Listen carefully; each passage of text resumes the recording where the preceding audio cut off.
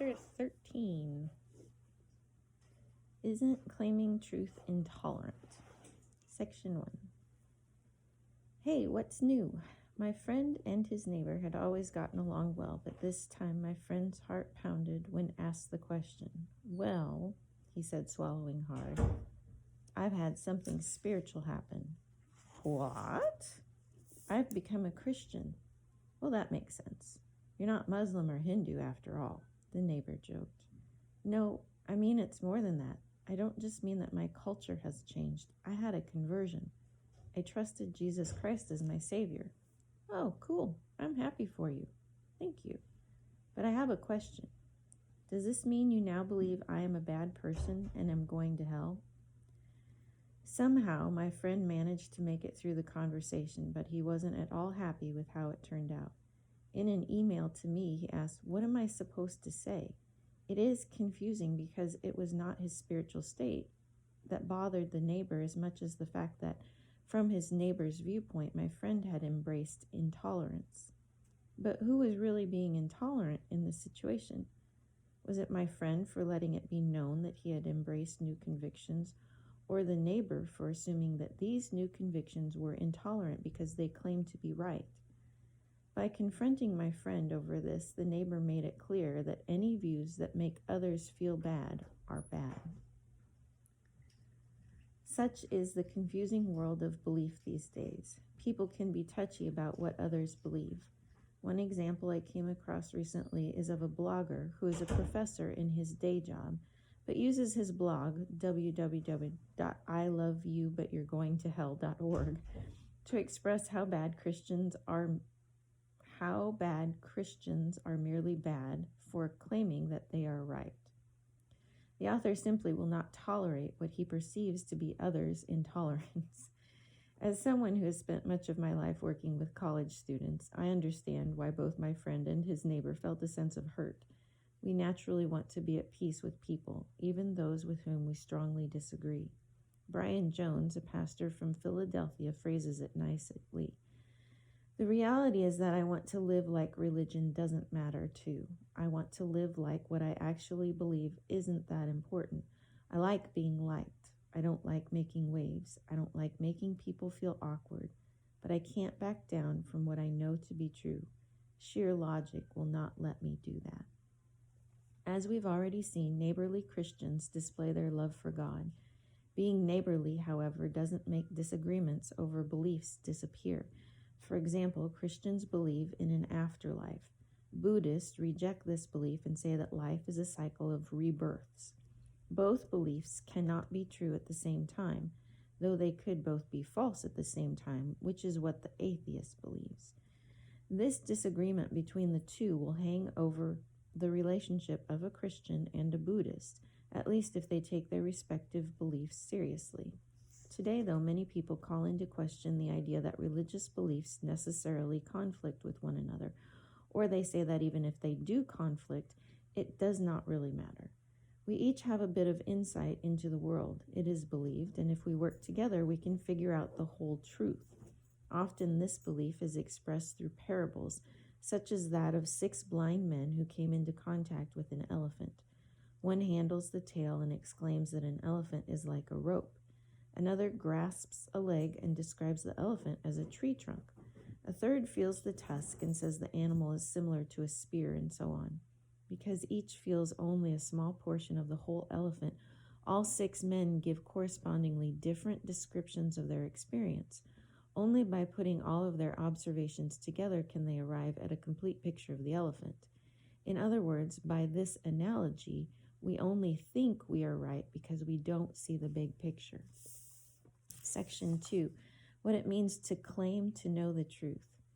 But as with all analogies, the elephant example is limited, and limited in such a way that the supposed truth it illustrates is questionable as well. The story assumes that there actually is an elephant, as well as someone, the person telling the story perhaps, who knows the elephant well enough to see that each blind man has only a partial picture. The heart of Christianity's claim is that someone exists who is not blind, who has complete knowledge, and who has throughout the course of history revealed some of this knowledge to us. The Bible, Christians say, is the record of God's creation and his plan for redemption through Jesus Christ. The Bible describes Jesus as the true and living way. He is the key to reality itself. So although humans are fallen creatures and cannot know the truth exhaustively, Christianity says we can know truly that which God has revealed. This leads inevitably to conflict. Either Christians correctly describe reality when they speak of a loving, wise, just, personal, creative God, or they're talking nonsense. If they are talking nonsense, they may even be hurting other people by saying they know the full truth when they don't. When it comes to God, the idea of claiming to have truth means those claims must be grounded in knowledge. In order for someone to claim truth about any given subject, he or she must have reasons for claiming the truth. Mere belief, even sincere belief that rings true to many people, isn't enough. We saw earlier in this text that to really know something, a person must have a justified true belief. A belief is an idea one has about reality, and this idea can be true or false. That is, the idea either corresponds to reality or it doesn't. But having only a true belief doesn't count as knowledge, as we might sometimes be lucky enough to guess correctly about reality every now and then. And guessing correctly, we know, isn't really knowing. So we need to have warrant for our beliefs too, which means having good reasons to have a belief. Some ways to justify our beliefs are reason, observation, experience, introspection, or authority. I am justified, for example, to believe that the chair in which I am sitting will hold me up because I have sat in it many times and it's always held me up, something I know through experience. I am justified in believing that I am angry or happy by introspecting, by looking inside myself. I am justified in believing I will do well on my driver's test because I have studied and understood the material and practice. When my justified beliefs are true, then and only then can I call them knowledge. Insofar as it is possible to have justified true beliefs about God, it is possible to have knowledge about him. Of course, Christianity recognizes that other religions have discovered some truths about God. We find many grains of truth on the shores of almost all world religions. Still, biblical Christianity claims to have true knowledge about God by which we can assess claims about his existence and what he requires of us. When Christians proclaim this, many dismiss them as intolerant, a label that is appropriate for anyone, including Christians, who arrogantly shun people or make hurtful comments. It's wrong, however, to think that all Christians are intolerant because some have behaved badly. It's like saying that Mozart is a bad composer because your 9-year-old sister plays his compositions poorly. Also, the label intolerant is often thrown at Christians not for their behavior, but for their beliefs. Is the mere act of claiming to know truth intolerant? To see if the intolerant label actually fits, we should outline a working definition of truth, learn whether religious truth claims count as knowledge, understand the meaning of tolerance, and respond thoughtfully to those who believe that claiming the truth is intolerant. In this chapter, we hope to accomplish this and one other goal: to develop a curious, determined, and humble spirit that enables others to see through our faults and focus on the truth. Section 3. The reigning idea of tolerance. Tolerance means recognizing and respecting the dignity of people you think are wrong. Today, tolerance is defined as accepting the views of others as equally true and valid. Christian author Dallas Willard says, "No longer is tolerance a matter of saying, 'I disagree with you and I believe you're wrong.' That's not enough. We're now in the situation where everyone must be equally right, where you cannot claim that people are wrong and still love them." Traditional Christians are often accused of being the worst offenders. Teresa Whitehurst, a liberal Christian commentator, says, "Conservative Christians have adopted the warrior mentality of onward Christian soldiers, and intolerance is nothing to be hidden under a white robe and pointed white hood. It's to be waved proudly as a flag demonstrating Christian rigor and personal rightness." Wow. By referring to white robes and pointed white hoods, Whitehurst is making a bigoted comparison between Christians with firm beliefs and the Ku Klux Klan members who terrorized and even killed those they disagreed with, even fellow Christians. It's not only a harsh, unfair comparison, but also a false one. Sadly, it's common. In researching for their book, Unchristian, David Kinnaman and Gabe Lyons asked young adults ages 16 through 29 who did not regularly attend church which characteristics were descriptive of the church, a lot or some.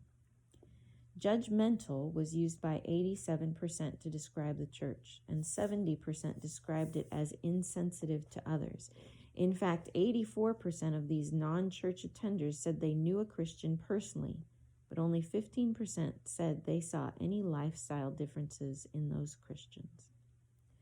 The realization that people see Christians primarily as hypocritical judgers rather than truth bearers should give us pause.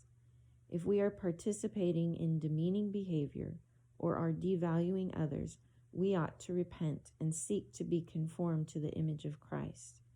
However, does the fact that people find biblical truth offensive mean we should stop proclaiming it?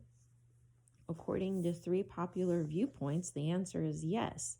Let's look at each of these viewpoints to see if they are correct to say that religious truth cannot be known and therefore should not be proclaimed. Section 4, Postmodernism. Religious truth cannot be known. The influence of postmodernism has resulted in people believing that religious knowledge differs from actual knowledge because postmodernists maintain that reality cannot be known by us, that what we call knowledge is just our use of language to give ourselves and others the impression that we know what is going on. Postmodernists then dismiss any viewpoint as being characterized as true. The words we use to make this case are just words, they say. No necessary relationship exists between words describing religious knowledge and reality. That is, talk about God is just talk. It doesn't actually refer to God. Postmodernists say that no religion's story of God, humans, or salvation is true. No story. In other words, they reject all meta-narratives. If no meta-narratives can describe reality, then of course Christianity is doomed, as well as all other religions that try to make sense of life. Further, if no meta-narrative is true, then we can't all have sinned and fall short of God's glory. Nor could God love the human race, nor could Christ have died for our sins. Christianity, then, is implausible. Usually, postmodernists don't present their cases so bleakly. They don't want to be the Grinch who stole Christmas. They just want people to stop believing that Christmas has any connection to truth. But maybe the postmodernist is wrong. After all, if our language does not point to any truth, then the claim that Christians are intolerant can't be true. Nor can the claim that no one can know whether God exists, because that too is a claim about reality. Christian philosophers J.P. Moreland and Garrett DeWeese argue that at the end of the day, we can know things based on good reasons. We don't trust a plumber who diagnoses our stomach ache as appendicitis just because he believes it is, no matter how sincere his belief. We go to a doctor who knows about the appendix. When it comes to our religious faith, it is no different. Christians believe that atheists are wrong, but they don't think atheist words are meaningless. So if language can be used in moral judgments about tolerance and God's existence when it comes to views hostile to Christianity, surely such language can be used in moral and theological judgments about God in support of Christianity. It is better to assume that thoughts are about real things and are intended to be about real things. So the next time someone says that no religious belief can be known to be true, don't be shocked into silence. Just say, that sounds like a belief about religion. How do you know it is true? Section 5, Pluralism 1.0, Religious Truth is Individual. Perhaps someone has said to you, that may be true for you, but not for me. Truth is relative. Francis Beckwith and Greg Kuckel, in their book Relativism, Feet Firmly Planted in Midair, say today we've lost confidence that statements of fact can ever be anything more than just opinions. We no longer know that anything is certain beyond our subjective preferences. The word truth now means true for me and nothing more. We have entered an era of dogmatic skepticism. Beckwith and Kuckel have hit on something important. Polls show that a very high percentage of people, in some surveys as high as 90%, believe that truth and morality are relative to our situation. For people who believe this, our claims to know something comes across as arrogant and presumptuous. Part of the problem is that people assume that religious experiences are completely individual, and that no one has an objective enough standpoint from which to say that certain experiences are tied to perceptions that are evidentially verifiable. Some people insist that it is offensive to claim to have true knowledge about religion. To them, saying that one's beliefs are true and other people's are not is like saying, "I'm sorry you're not smart enough to see what I see," or "if you were a good person, you would abandon that belief." In this view, claiming to know the truth is the kind of thing bullies do when trying to hurt other people's feelings. Pluralism 1.0 says, "How could anyone else say they know the truth for me? It's offensive and counterintuitive to say you know the truth for me. After all, my experiences are personal in the sense that my eyes can only bring visual images into my brain where they are interpreted based on my own thinking." But these objections can be sustained only if, in fact, there is no actual truth to perceive. If truth is actually out there, my perceptions might affect how I understand it, but they do not affect the nature of truth itself. A blue plush suede cushioned chair, for example, does not change its nature to become a brown oak hardback chair just because you and I perceive it differently. If, on the other hand, truth actually exists, then it is possible for each person to perceive it individually and also experience it in a similar way as other people. We in the West tend to believe that we each experience God differently, but if I, a Christian, compared my experiences with God to the experiences of other Christians around the world, I would see that my experiences are more similar to theirs than I imagined. We all experience God's presence, a sense of remorse over sin, a call to accept God's offer of forgiveness, and relief that He has healed us and is preparing us for a new kind of life. Our internal experiences are externally validated when we can see they are held in common, providing a compelling warrant for the belief that God is working all over the world. Other religions are not like Christianity in this respect. Most religions are tied directly to an ethnic identity. In spite of massive publicity campaigns and the conversion of a handful of well-known actors and actresses, Buddhism remains mostly in the Far East. Plus, Buddhism in China looks far different than Buddhism in California. Hinduism is the religion of India. Islam is prevalent in the Middle East and Indonesia, where people raised in its principles have gained influence.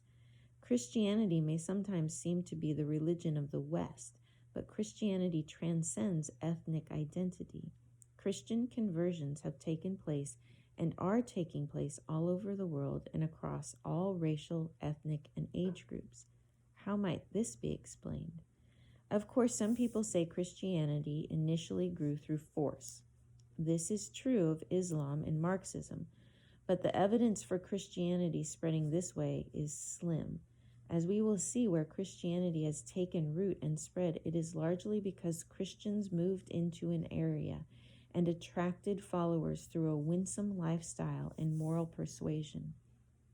In the case of Christianity, the simplest theory is that Christian conversions are genuine experiences of people encountering some kind of reality that people all over the world, regardless of cultural background, race, national identity, or language, people all over the world can discern. As Cambridge philosopher C.D. Broad suggested, we should treat these experiences as truthful, unless we have positive evidence that they are delusional. Certainly, people are more likely to embrace whatever religion dominates the culture in which they are raised. But the fact that people all over the world have willingly converted to Christianity, making it the largest religion in the world, is a phenomenon unprecedented in history.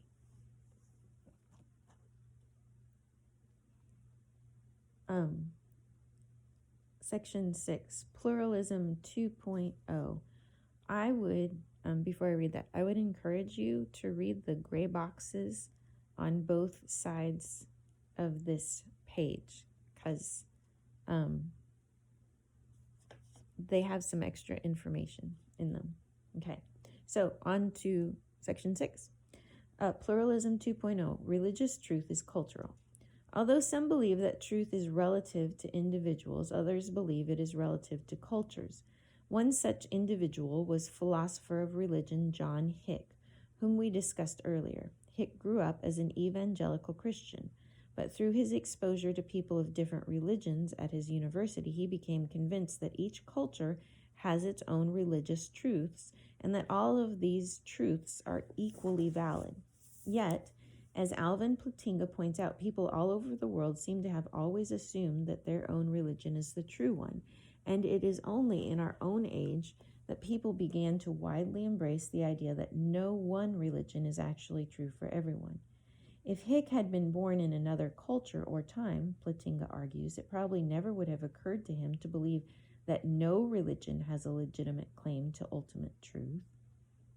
If someone says that our religious beliefs come from our cultural or historical situations and are thus not actually true, he or she is also saying to all world religions, your truth claims are not valid, but mine are. It seems to be an intolerant thing to say for someone who claims to be advancing the cause of tolerance. The idea that each religious viewpoint is true for those who hold it may seem to resolve the tensions among religious viewpoints, but it also creates all kinds of problems. As we asked in an earlier chapter, are religions that hold that women are of a lower status than men, that women may be beaten or killed without penalty, are those as valid as those that hold that women should be protected? Are religions that hold that it is good to kill and eat one's enemies as valid as those that say we ought to love them? Christians who wish to be tolerant, according to the new definition of tolerance, must forfeit the belief that Jesus died for everyone and that he is the true way to God. The world's view of tolerance guts the gospel and removes the heart of the historic Christian worldview. So who can meaningfully participate in the global conversation about religious belief? Could anyone qualify? What about those who have no meaningful beliefs? Wouldn't it be better for each of us to make the case for what is true, regardless of time and culture, rather than forfeiting our knowledge out of deference to other beliefs? To answer these questions, we need an understanding of what truth actually is.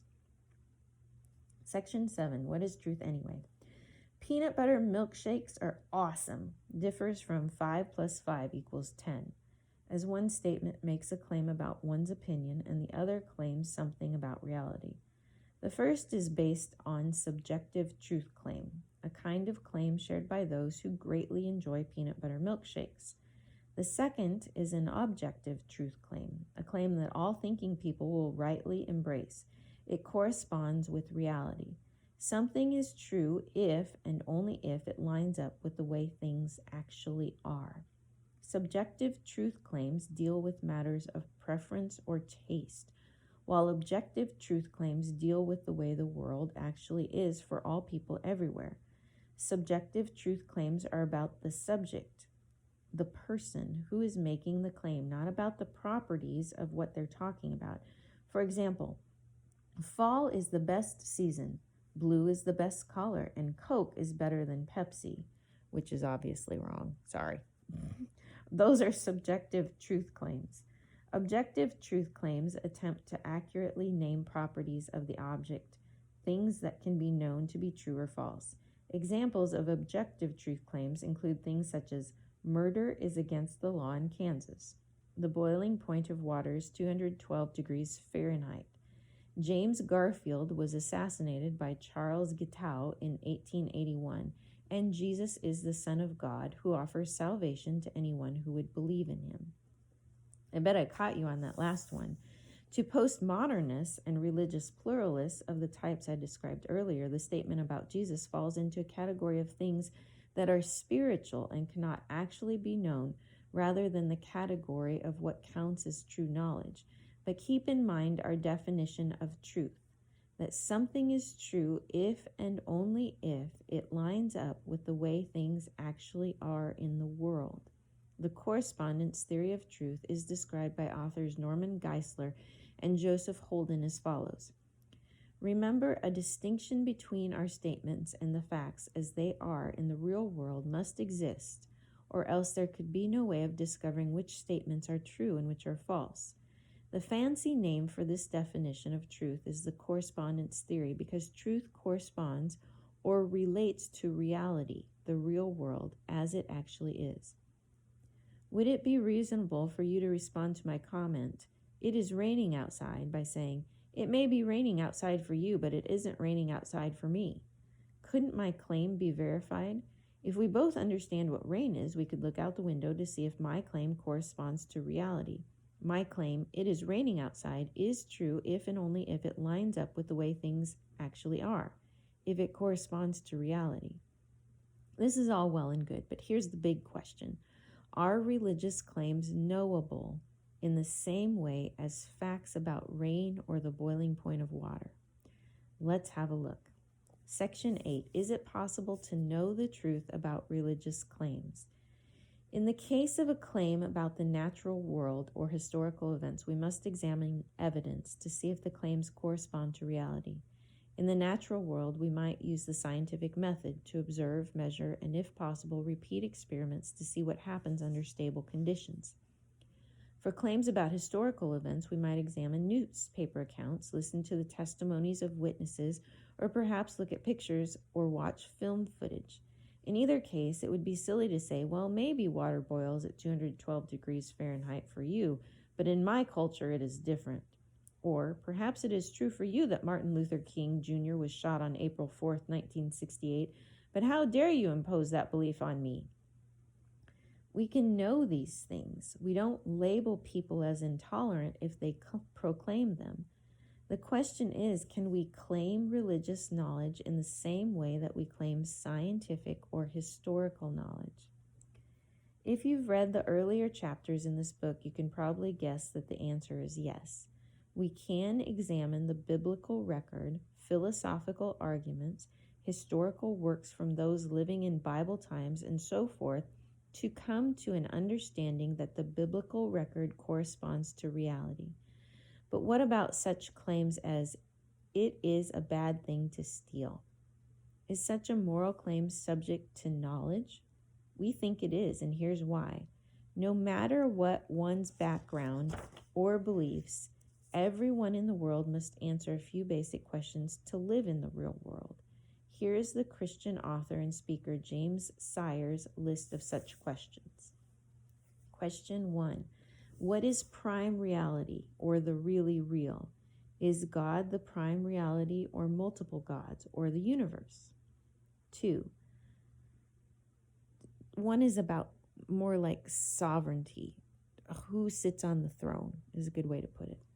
2. What is the nature of external reality, the world around us? Was the world created? Has it always existed? Is it chaotic or orderly? And you have to choose of the 3. Number 3, what is a human being? A highly complex machine? A sleeping God? A person made in the image of God? Or an animal? 4, what happens to persons at death? Are we reincarnated? Simply cease to exist? Go to heaven or hell? 5, why is it possible to think anything at all?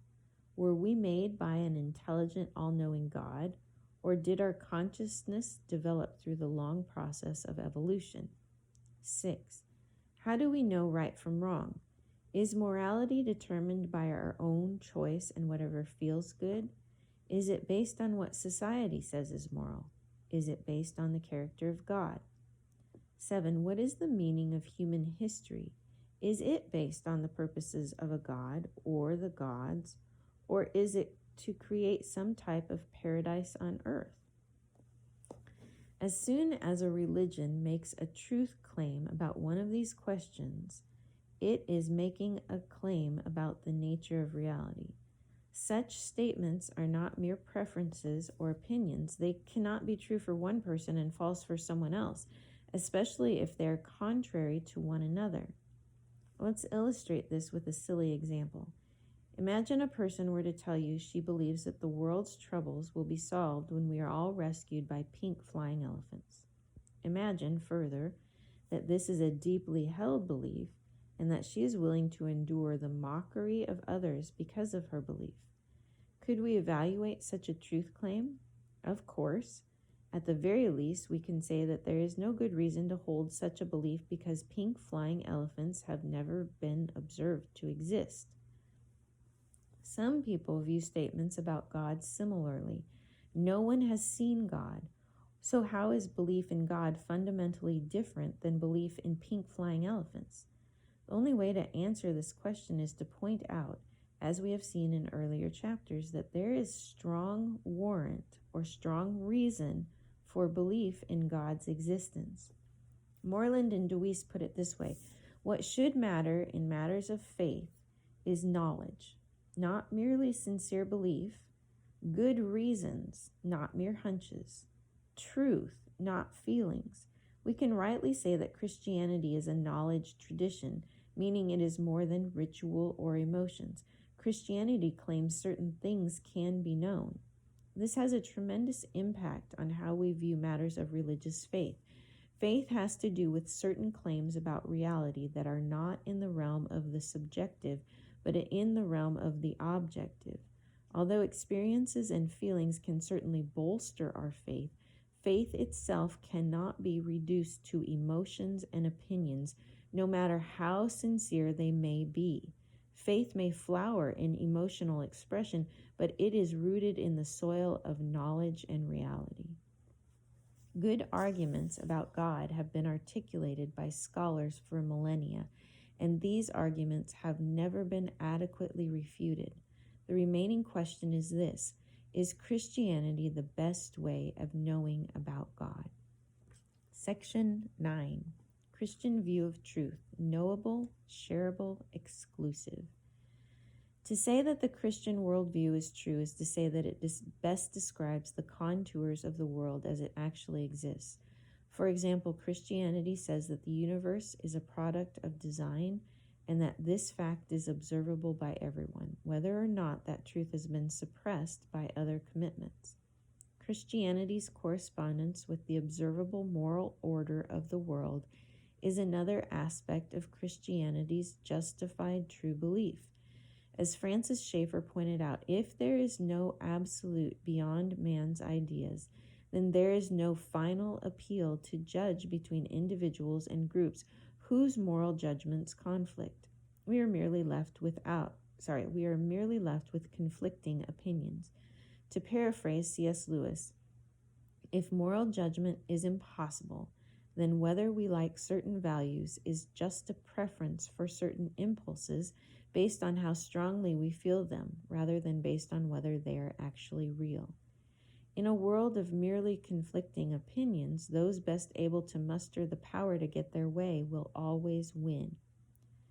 The biblical idea is that moral absolutes are not around to benefit the stronger and meaner, but rather to protect the weak. Bullies are not right just because they are mightier. Common sense tells us that only bullies disagree with this claim. So far, every culture in the world has understood and embraced moral absolutes to buffer society from the influence of raw power. Richard H. Beese, Professor Emeritus of Philosophy at St. Mary's University in Nova Scotia, collected a list of moral absolutes that seem to be true in every culture that anthropologists have studied. Prohibition of murder or maiming without justification. prohibition of lying, at least in certain areas such as oaths, right to own property, such as land, clothing, tools, etc., economic justice, reciprocity and restitution, preference of common good over individual good, sexual restriction within all societies, reciprocal duties between children and parents. Parents care for and train children, and children respect, obey, and care for parents in old age. Loyalty to one's social unit, family, tribe, country. Provision for poor and unfortunate. Prohibition of theft. Prevention of violence within in-groups. Obligation to keep promises. Obedience to leaders. Respect for the dead, and disposal of human remains in some traditional and ritualistic fashion. Desire for and priority of immaterial goods, meaning knowledge, values, etc. Obligation to be a good mother. Distributive justice or fairness.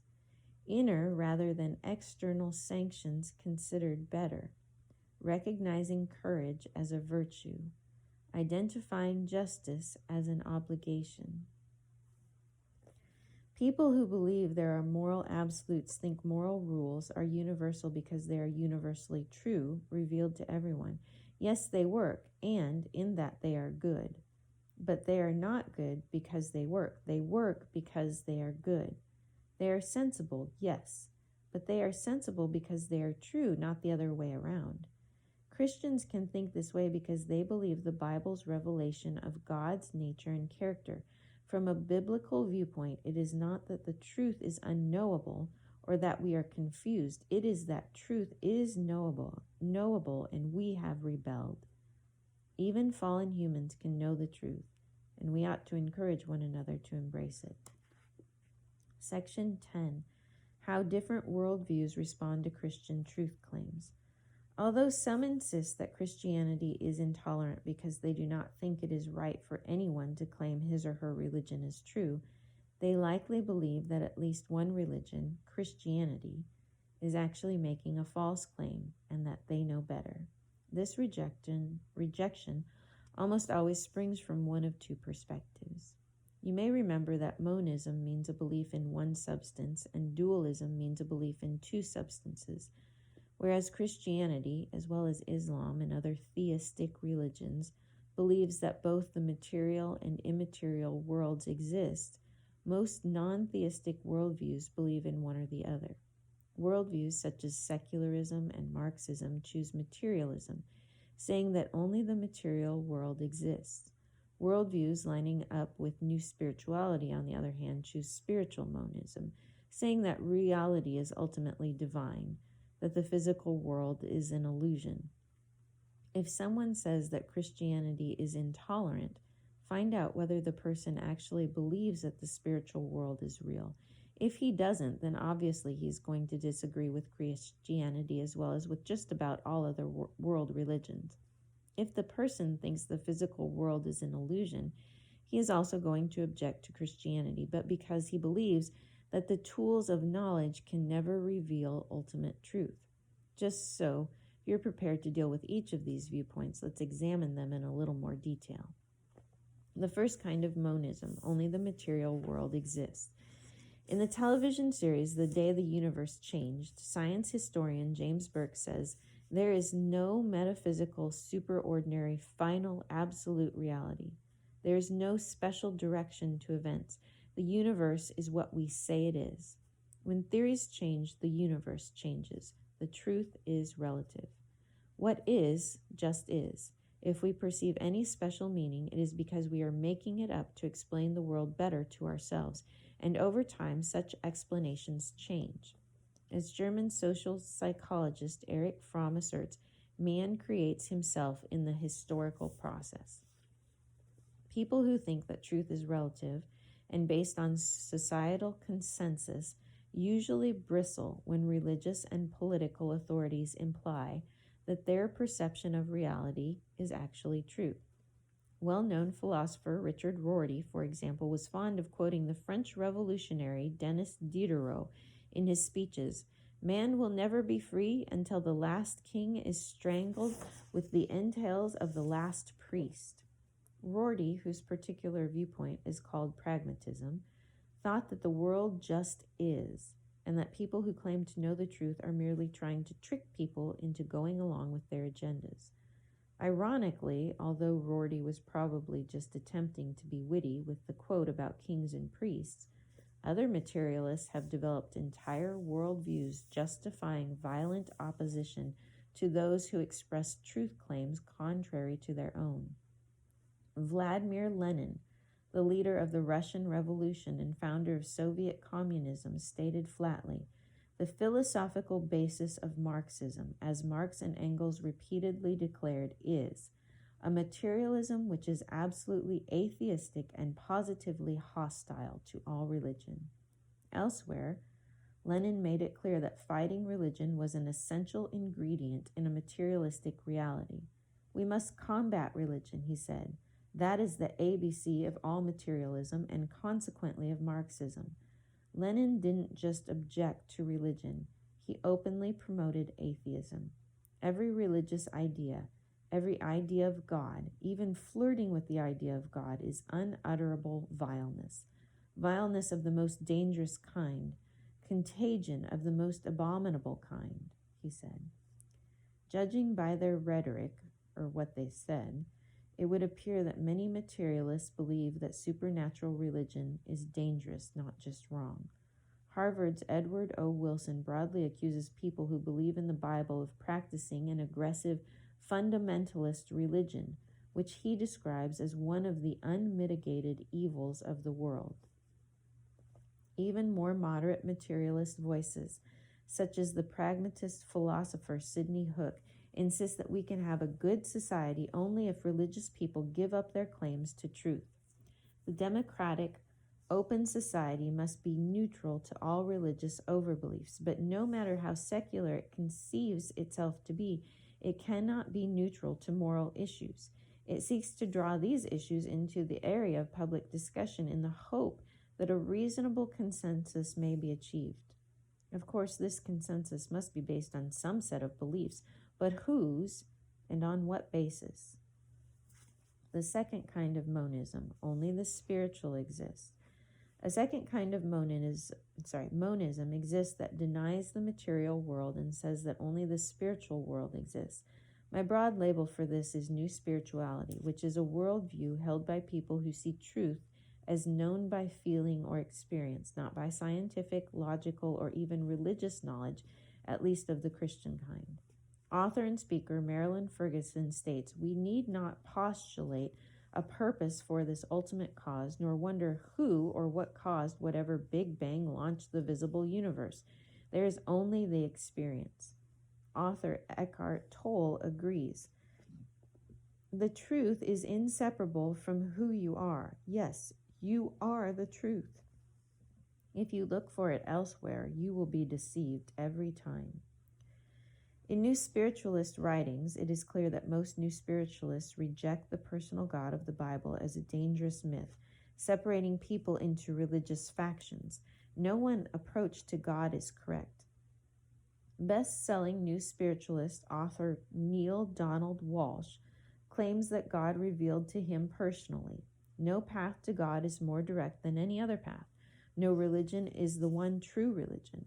In an interview with journalist Bill Moyers, filmmaker George Lucas said, "The conclusion I've come to is that all religions are true." Lucas and Walsh's conviction is shared in the wider population, even among many Christians. According to George Barna, 63% of the teenagers surveyed agree that Muslims, Buddhists, Christians, Jews, and all other people pray to the same God, even though they use different names for their God. So the claim continues, if we don't have peace on earth yet, it is only because some wrongly persist in their exclusional beliefs. Next, we move on to how to diffuse the most common slogans people raise against Christians in the name of tolerance. Section 11. Is tolerance a virtue? People disagree all the time. in politics, science, philosophy, and virtually every other academic subject. But when it comes to issues of faith, embracing all beliefs as equally valid is considered a high moral virtue. To disagree is seen as a grave moral error. Popularly, embracing all beliefs as valid is called tolerance. But as noted earlier, this isn't tolerance. Authors Brad Stetson and Joseph Conte pose some interesting thoughts. There is widespread feeling today that something is very wrong with the way we think about tolerance. We have intuition that in our diverse society, tolerance is very important to practice, but at the same time, we're unable to agree on what exactly it means to be tolerant. Does tolerance require the acceptance of all views on a given subject as equally true? Does it mean that I must not believe too strongly that my views are right about a given subject? Can I be tolerant and still believe in objective truth about religion, ethics, and politics? Stetson and Conte conclude that the commonly accepted definition of tolerance misses the mark. So what should we replace it with? J. Warner Wallace, a cold case detective and Christian apologist, simply points to the yourdictionary.com definition, which says that tolerance is a tolerating or being tolerant, especially of views, beliefs, practices, etc., of others that differ from one's own. When asked what it is to tolerate something, that same source says that we tolerate someone when we recognize and respect others' beliefs, practices, and so forth without sharing them. According to the freedictionary.com, tolerate can be defined as to put up with or endure something. As Wallace notes, for there to be tolerance, the following is necessary. 2 or more people must exist. These folks must hold divergent views, beliefs, or practices. In other words, they must disagree. These same folks must endure one another. In other words, they cannot eliminate each other even though they don't embrace each other's beliefs, but must instead find a way to peacefully coexist. Professor of philosophy Paul Copan makes an excellent point about this. If disagreement didn't exist, then tolerance would be unneeded. It's the existence of real differences between people that make tolerance necessary and virtuous. To reach a point of true tolerance, we must recognize that each of us has the freedom to believe what we want, whether true or false. However, the right to hold these beliefs does not mean they are equally true or valid, or that to disagree with another's choice is somehow evil. True tolerance is the ability to disagree with someone and yet still live in peace. False tolerance is the intellectually dishonest practice of pretending that all beliefs are equally true and valid while actually believing that only one view, such as materialism or new spirituality, is really the only true view. Perhaps a word about living in peace is in order here. Because the Bible so often uses the metaphor of war to describe the spiritual conflict between good and evil, some Christians believe they are justified in using insulting language to put down those who do not hold the Christian beliefs. Harsh language, name-calling, and insults, though, are the weapons the world uses to exercise control over those who do not toe the party line. Christians' weapons should be different. 2 Corinthians 10 says the weapons of our warfare are not of the flesh, but have divine power to destroy strongholds. What are weapons of the flesh? Galatians 5 says they include, among other things, enmity, that's hostility, strife, jealousy, fits of anger, rivalries, dissensions, divisions, and envy. The works of the Holy Spirit, on the other hand, are love, joy, peace, patience, kindness, goodness, faithfulness, gentleness, and self-control. It is one thing to disagree with people. It is another thing entirely to disagree with them and do so as God desires. Mere tolerance pales in comparison to these admirable virtues. J. Budziszewski, that's a fun name, writes, Our most gifted thinkers no longer treat tolerance as a queenly virtue to be guarded among many others equally precious, but as a shrewish virtue that excludes all the rest. For now we are told that the meaning of tolerance is ethical neutrality, about which things are worth the love of human beings and which traits of character are worth praising. Perhaps we should raise our sights above mere tolerance and seek to act virtuously, hold as many true beliefs as possible, and enter into a dialogue of ideas where truth can be sought after and discovered. Here are 3 ways to do this. Section 12. Response number 1. Diffuse false beliefs of tolerance. 2 common errors often committed by those who claim that Christians are intolerant are 1. Self-refuting claims, and 2. Weak slogans meant to stop Christians in their tracks. Self-refuting claims. Many statements about truth, according to Greg Kuckel, commit suicide. In other words, they self-destruct because they contradict themselves. Self-refuting claims attempt to affirm 2 opposite propositions. If they are true, they are false. Here are some examples. There is no truth. Is this statement true? There are no absolutes. Is this an absolute? No one can know any truth about religion. And how precisely did you come to know that truth about religion? You can't know anything for sure. Are you sure about that? Talking about God is meaningless. What does this statement about God mean? You can know truth only through experience. What experience taught you that truth? Never take anyone's advice on that issue. Should I take your advice on that? Often these statements are made to imply that anyone who believes another to be wrong is being intolerant. When we hear someone make a statement like this, we should graciously point out the contradiction. Weak slogans. Some slogans are repeated in religious conversation in order to stop Christians in their tracks. Although these slogans may be worded differently, the goal is the same: to portray Christians as intolerant, judgmental people who think they are right and everyone else is wrong. Following are some slogans along with examples of how to respond, drawn from a book I strongly recommend by Paul Copan, True for You, but Not for Me. Who are you to judge others? The first response when someone says this is to ask, is it wrong for me to judge?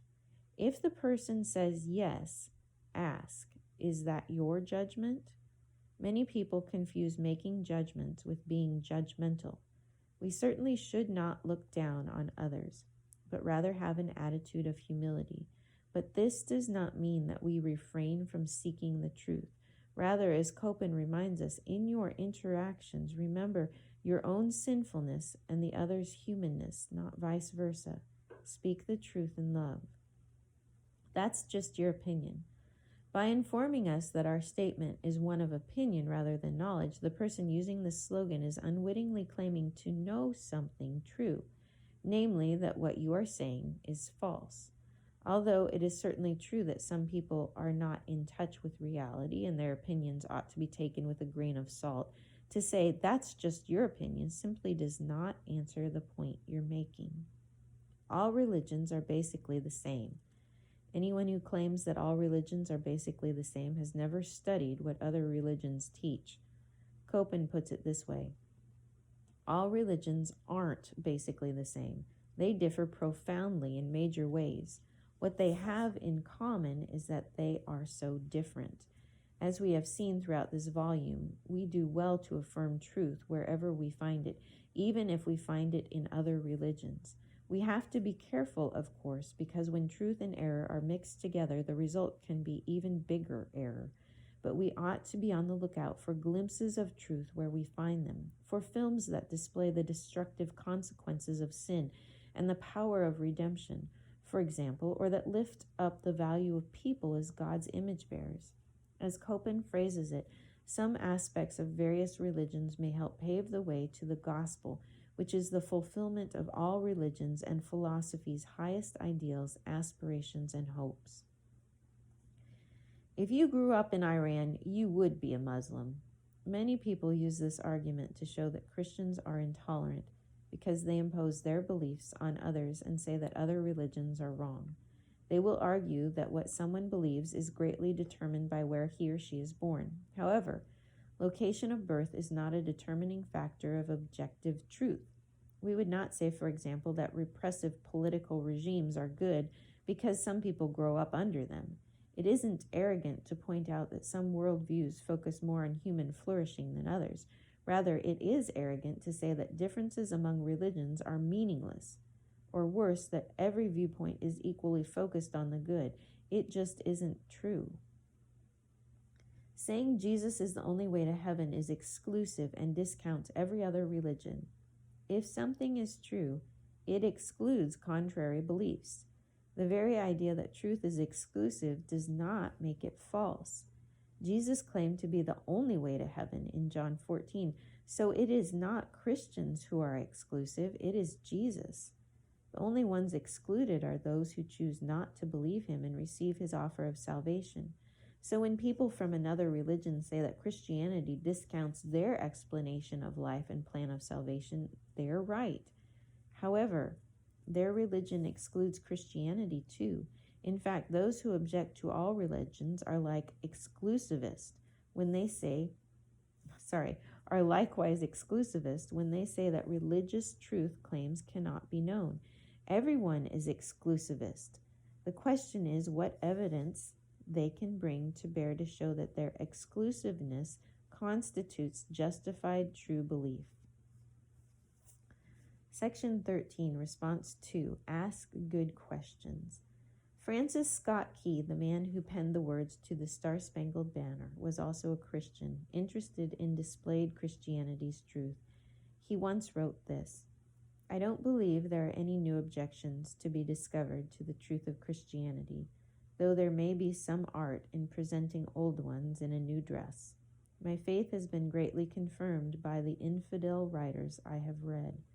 Men may argue ingeniously about our faith, as indeed they must against anything, but what can they say in defense of their own?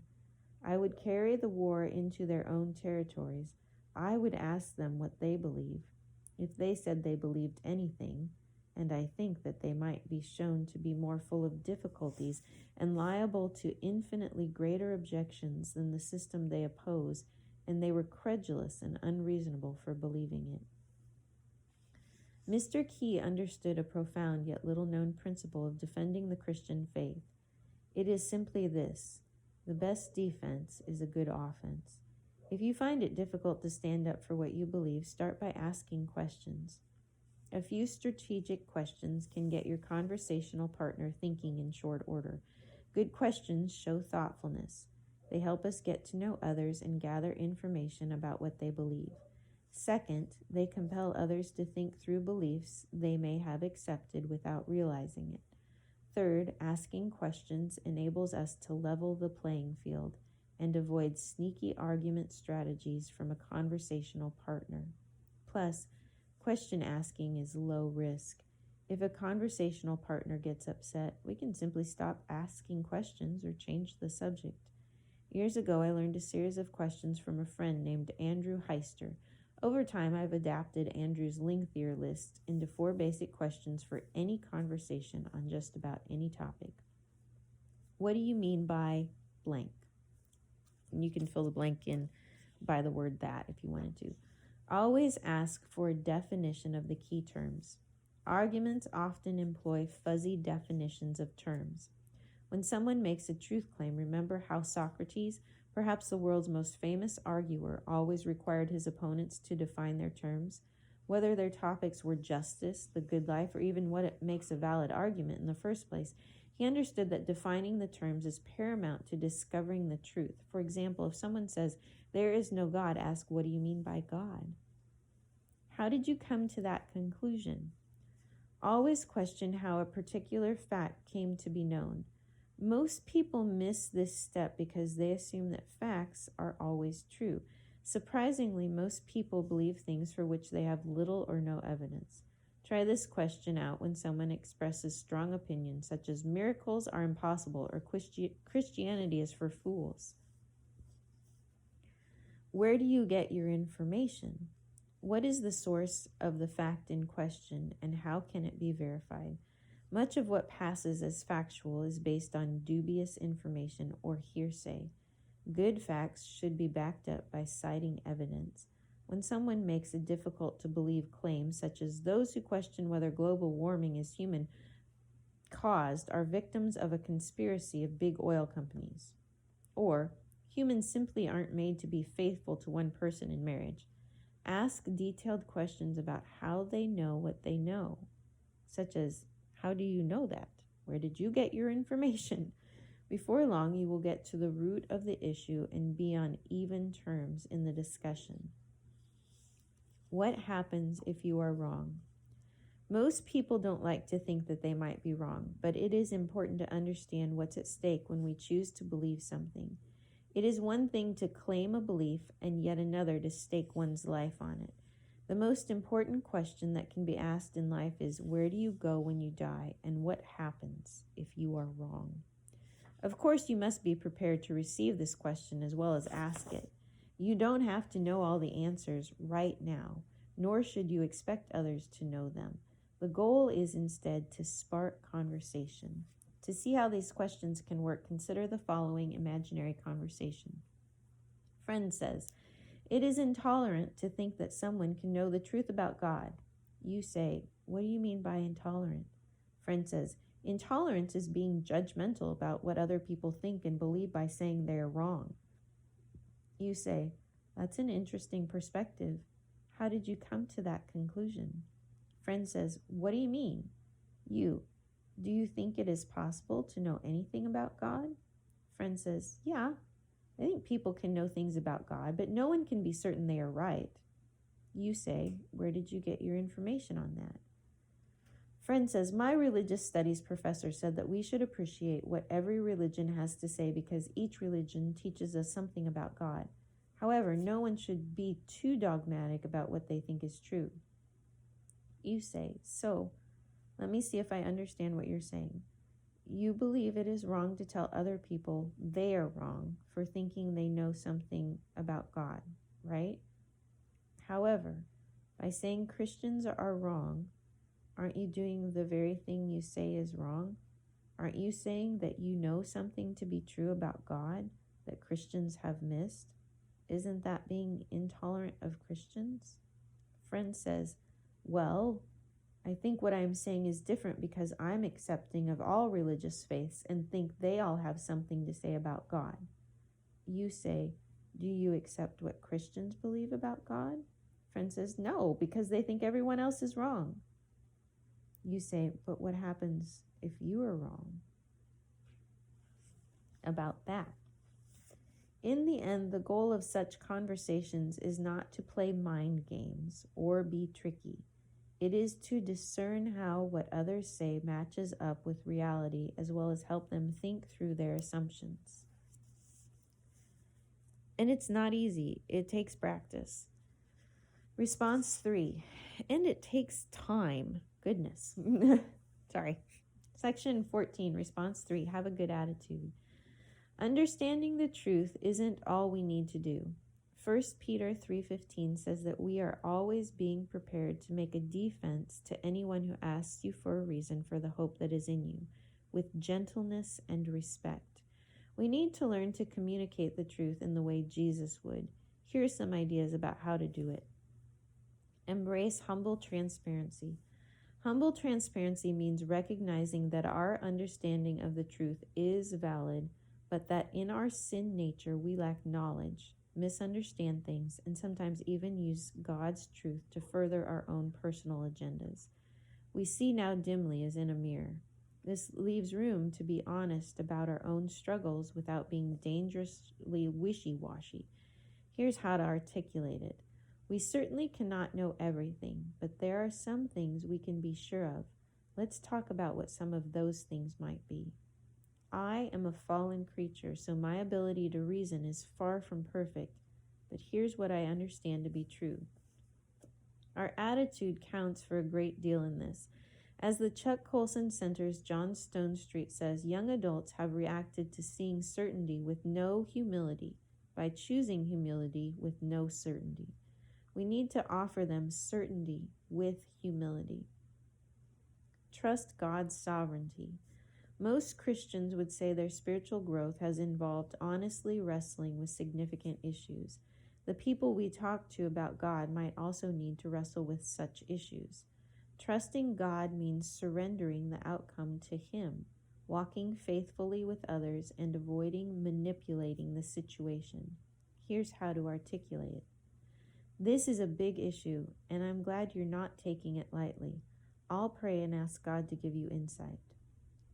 I'm so glad you're interested in asking the tough questions, and I hope we have the chance to talk more about this. I've wrestled a lot with that issue myself. Here's some resources that I found helpful. Avoid indoctrinating. My friend Kevin Van Meter found through his dissertation research that people become resistant when they believe that Christianity is being forced upon them. Therefore, we ought to give people time and intellectual space to reason things through.